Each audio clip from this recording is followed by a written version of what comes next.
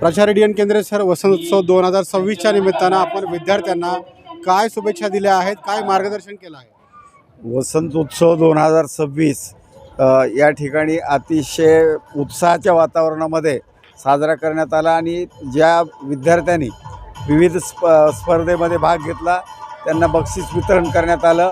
या उत्सवातून त्यांच्या अंगी असलेल्या कलागुणांना वाव मिळतो आणि वसंतराव काळे होमिओपॅथिकचे विद्यार्थी भावी आयुष्यामध्ये समाजातील विविध घटकाची सेवा करतील।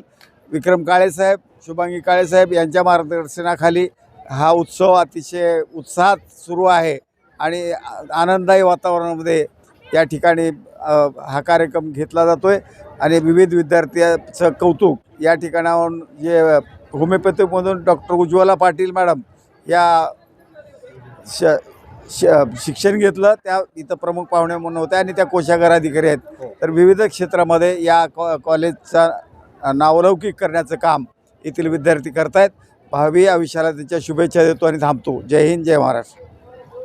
मोठेगावकर सर, काय सांगाल? वसंतोत्सव 2026मध्ये आपण सहभागी झालात, बक्षीस वितरण तुमच्या शुभहस्ते या ठिकाणी पार पडलेलं आहे। जिजामाता विद्यालय आणि वसंतराव काळे होमिओपॅथिक कॉलेजच्या विद्यार्थ्यांना आपण काय मोटिवेशनल स्पीच दिला आहे? सर्वप्रथम वसंत उत्सव 2026 या उत्सवाबद्दल मी खूप सगळ्यांना शुभेच्छा देतो।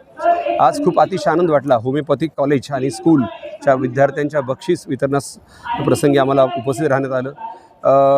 मला असं वाटते हे खूप संकुल हे म्हणजे ह्या संकुलात आल्यानंतर एक मेहनतीचा एक अभ्यासपूर्ण म्हणजे शैक्षणिकदृष्ट्या सगळ्या गोष्टींनी परिपूर्ण असलेले संकुल आहे।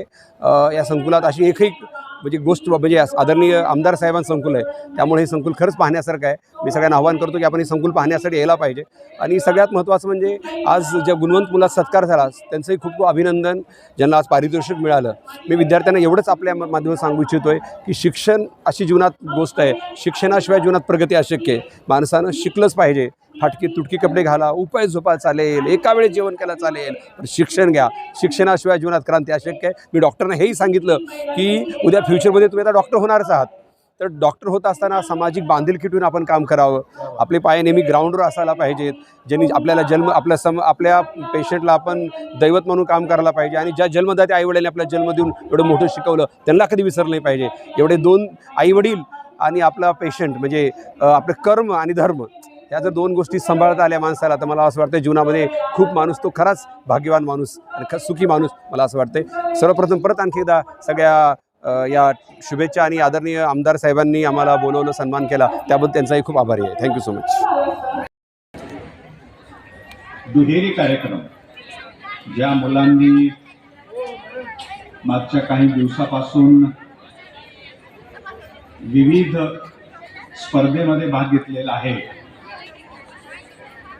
आणि आपलं कौशल्य त्यामध्ये दाखवलेलं आहे, त्या विद्यार्थ्यांसाठीचा बक्षीस वितरणाचा कार्यक्रम आणि जे होमिओपॅथीची मुलं आहेत, नर्सिंगची मुलं आहेत, ही मुलं आता आपला कलागुण दाखवणारे आहेत। अशा ह्या दुहेरी कार्यक्रमाचा हा समारंभ आहे। या समारंभासाठी उपस्थित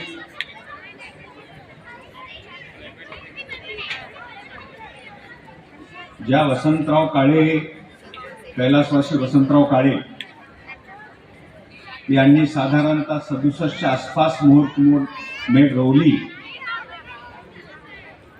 तेव्हापासून त्यांच्या सोबत या कार्यामध्ये झोकून देणारे दयानंद कला महाविद्यालयाचे माजी प्राचार्य आणि आपल्या या किसान शिक्षण प्रसारक मंडळ काळे गोरगाव या संस्थेच्या स्थानिक सल्लागार समितीचे सदस्य, आमचे मार्गदर्शक, जे आजच्या कार्यक्रमाचे अध्यक्ष आहेत असे प्राचार्य गंगाधरराव हिंगोले सर, सोबतच आपल्या संस्थेचे उपाध्यक्ष स्वामी रामानंद तीर्थ